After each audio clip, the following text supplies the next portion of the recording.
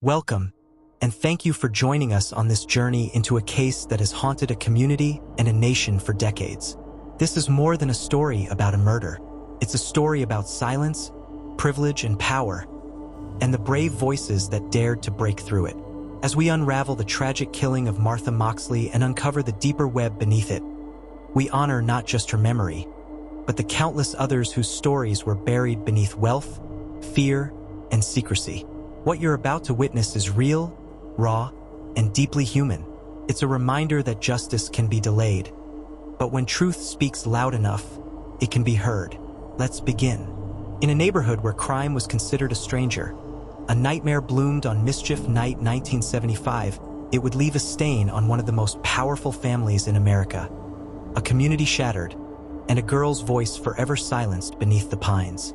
This is the story of Martha Moxley, a bright, beautiful 15-year-old who never came home, and of a case that would become one of the most disturbing sagas in American criminal history. Belle Haven was the kind of place where people left their doors unlocked. On the evening of October 30th, 1975, known to teens as Mischief Night, Martha Moxley left her house laughing.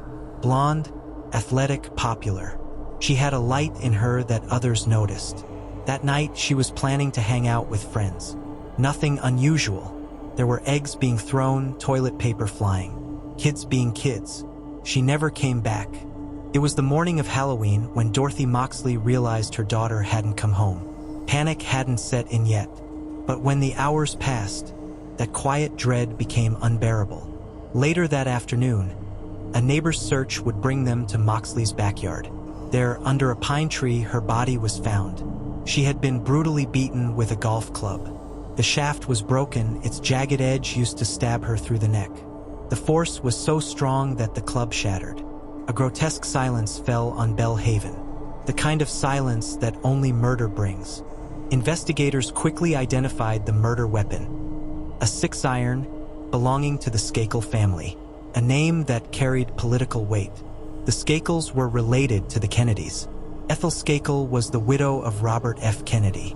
The weapon was traced back to a set owned by and Skakel. 2 of her sons, Michael and Thomas Skakel, were with Martha the night she was killed. Both boys were 15 and 17, respectively troubled, wild, untouchable. But despite the evidence Martha was last seen walking toward the Skakel house, the investigation stalled. Detectives had access to a crime scene, but they didn't have access to power. Or rather, they didn't have permission to challenge it. In the early days, the case felt solvable. Police had a timeline. Witnesses had seen Martha flirting with Thomas Skakel. Some claimed Michael had a crush on her, maybe even an obsession. But the Skakel family shut down cooperation. Lawyers were brought in within hours. Interviews were denied. Alibis changed. And suddenly, everything got muddy. In the weeks that followed, detectives made a startling discovery. Martha Moxley kept a diary. Her entries painted a portrait of a teenage girl navigating her first crushes. But there was a shadow in her words, unease around the Skakel boys. One entry mentioned how Michael Skakel would throw rocks at her window to get her attention. Another noted how Thomas had gotten aggressive. "I don't know what to do," she wrote. "Michael always wants to hang out, but he gets weird. And Tom, he's different when people aren't around." The diary was a whisper from the grave, and it pointed squarely at the Skakel home. Still, no arrests were made. No indictments. The case grew cold. The Moxley family waited until forensic testing was still in its infancy. DNA was science fiction, and the state's attorney showed no appetite for a war with the Kennedys' cousins. Over the next decade, leads disappeared. Witnesses moved. Memories faded. And the Skakel name remained untouched. Until the 1990s. Enter Dominic Dunn, renowned author, crime reporter, and father of a murdered daughter. Dunn became obsessed with the case. He began writing, investigating, and agitating, and others followed. Most notably, Mark Furman, the disgraced LAPD detective from the O.J. Simpson trial. He wrote a book, Murder in Greenwich, laying out the case with forensic focus. Then came the major break. In the late 1990s, a private school for troubled boys, Elon School, where Michael Skakel had been sent, came forward with bombshell testimonies. Multiple classmates claimed Michael confessed to killing Martha. One said Michael told him, "I'm going to get away with murder. I'm a Kennedy." That was the turning point. On January 19, 2000, 25 years after the murder, Michael Skakel was arrested and charged with the murder of Martha Moxley. The courtroom was packed. Flashbulbs burst. After decades of silence, the Skakel name was now the center of a media circus. During the 2002 trial, the prosecution outlined a timeline that placed Michael at the crime scene with the murder weapon, a golf club from his own home. His story had changed multiple times. First, he claimed he was asleep. Then, he said he was climbing a tree to peep in Martha's window and heard nothing. But the Elon confessions rang in the jury's ears. In June 2002, the verdict came down. Guilty. To many, it was vindication. Dorothy Moxley wept in the courtroom. Her daughter had a voice again. But Michael's defense didn't stop. Appeals followed. In 2013, after serving over 11 years, his conviction was overturned due to ineffective counsel. In 2018, the Connecticut Supreme Court upheld the reversal. Michael Skakel walked free. The bitter irony? No new trial was ordered. Despite a mountain of circumstantial evidence and damning confessions, the state declined to prosecute again. Witnesses had died, memories blurred, and Michael Skakel had become something else. A free man, giving interviews, living publicly. Meanwhile, Martha Moxley would forever be 15. Her grave bears the words, "Born August 16, 1960, died October 30, 1975, remembered with love." This story isn't just about a murder. It's about privilege, about the shadows that power can cast even over a homicide. It's about a mother who never stopped fighting, about a town that finally had to look in the mirror, and a legal system that bent, but may not have broken. In early 2025, a plain, unmarked envelope lands in the hands of a local podcaster investigating cold cases, with one mention scrawled in shaky handwriting. "I saw him that night, woods behind Skakel. He saw me too. I want to talk." No name, no witness statement, just a promise of truth concealed by fear. Detective Emily Reyes, cold case specialist for the Connecticut State Police, reopens the Martha Moxley file. She's meticulous. She knows the media circus that once surrounded Skakel, and she knows how witnesses folded under pressure. Still, something about this tip feels different. Reyes arranges a meeting on an abandoned cycling path in the woods near the Skakel estate, near the broken golf club's origin. She arrives at dawn. Minutes pass. Every rustle of leaves sounds like a threat. Finally, a disembodied voice behind her. "He's alive even now, walking free. But I know what I saw." The witness remains in the shadows, voice quivering. They lived 2 houses down in 75 as teenagers then, hiding in the woods, watching Martha through the trees. When the fight started, they froze. Then Michael, I saw him strike her, over and over. And Tom didn't stop him. Their voices break. Fear lingers because they know the Skakels still have influence. A name slips. "My name's Karen, and I'm ready to finally." Before she finishes, she hears a twig snap. She bolts. Reyes calls after her, but the woods swallow them both. Reyes plows through every scrap of evidence again. In a dusty basement in the Moxley home, she uncovers a letter never mailed, penned by Martha in 1975 to a local journalist. "It's not what people think.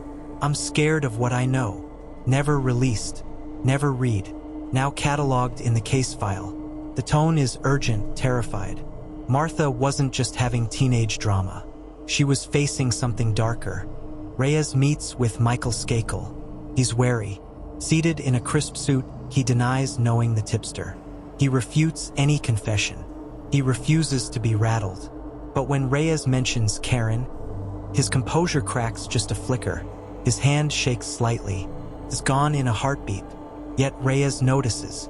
A cease and desist letter arrives from the Skakel legal team. The media invasion must stop. Karen's identity must stay unknown. The police are pressured to tread carefully. Reyes receives threats and veiled warnings about digging up injustice. But the murder weapon still resides in evidence storage, the diary entries still waiting to be analyzed, and now a living, breathing witness. She vows to press on. Karen calls again, this time directing Reyes to a mossy clearing deep in the woods. They meet under a thunderstorm, Karen whispering, "I carved it. I carved her name." She shows Reyes a crude etching on a stone slab Moxley underscored by a date. October 30th, 1975. Somewhere, Karen has memories of a final message Martha left, in case no one ever found her. Reyes records every word. The wind roars. Rain smears the letters on the stone just as a black SUV pulls up. His taillights cut through the night. He's not done with this. He never was. A man's silhouette emerges. No introduction, just cold, watching eyes. Karen gasps. Unlike the 2000 arrest, this moment feels like tipping the scales. A living, corroborating witness whose testimony stands independent of decades-old rumors. New physical evidence. A secret memorial carved in grief and concealment. Martha's unpublished letter proves she felt threatened in adolescence, not just secrets buried by time. Reyes mobilizes. She obtains a search warrant. Stone rubbings, fiber swabs, voice recordings. She's building a fresh case. A narrative untainted by media spectacle or prosecutorial hesitation. Greenwich Boulevard trembles under new scrutiny. The political elite scramble. Newspaper headlines question, is the Skakel legacy more dangerous than we knew? Reyes stays resolute. Karen's identity is concealed. Support pours in. A grassroots group of mothers, survivors of privilege-run silent justice. They rally, chanting Martha's name. Not again. Reyes confronts Michael one last time in a dim conference room. She lays out what's to come. Karen's testimony. I saw him strike her. The carving with date and initials. The letter was never sent. Michael's eyes flicker. For the first time, no mask of calm. He whispers, "You don't have it. You can't prove anything." Reyes replied, "No? Or you're afraid of what you know?" He looks away. This is what power never learns until tested. Truth is a long game. It waits for awakenings, for courage, for those who remember. Death is permanent. Memory is eternal. If justice is to mean anything, it's to push past privilege, to give voice to the silenced, to stand, even when the world is silent. Detective Emily Reyes listens to the recording on loop, each playthrough tightening the noose around the man she believes is guilty. Michael Skakel. The voice on the tape mail, cold, deliberate, didn't just threaten Karen. It spoke like someone who had silenced others before. Someone used to people disappearing beneath the weight of his last name. Reyes knows she's out of time. Karen's now in protective custody, hidden in a safe house 2 hours from Greenwich. The media doesn't know. The Skakels don't know.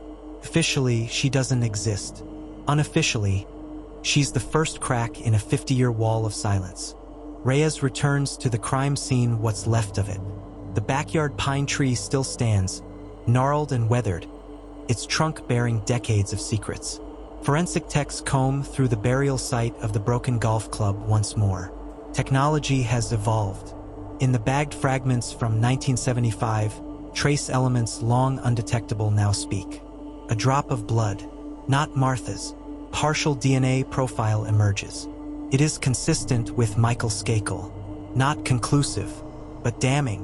Within days, Reyes receives a call from the governor's office. A smooth voice on the other end. Are we really going to drag this through the courts again? There's no appetite for another media trial. Think of the community. Reyes hangs up without replying. This isn't about the community anymore. It's about Martha. Karen sits across from a court stenographer. Her hands tremble as she begins her sworn statement. I was 14.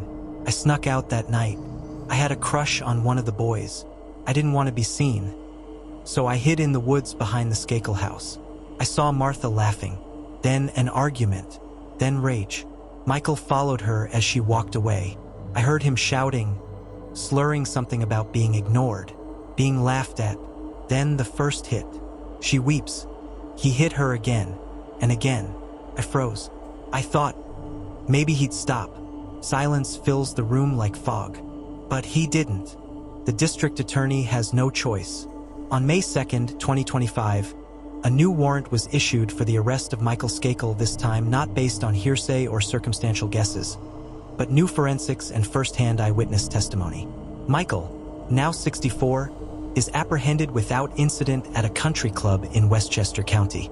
He says nothing, but when cuffed, his lips form a word only the officers can hear. Karen.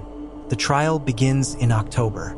The courtroom is divided, half filled with supporters of justice, half old guard loyalists clinging to the idea that a Skakel could not do this. Reyes testifies. Forensic experts follow. Then comes Karen. She takes the stand, her voice unwavering.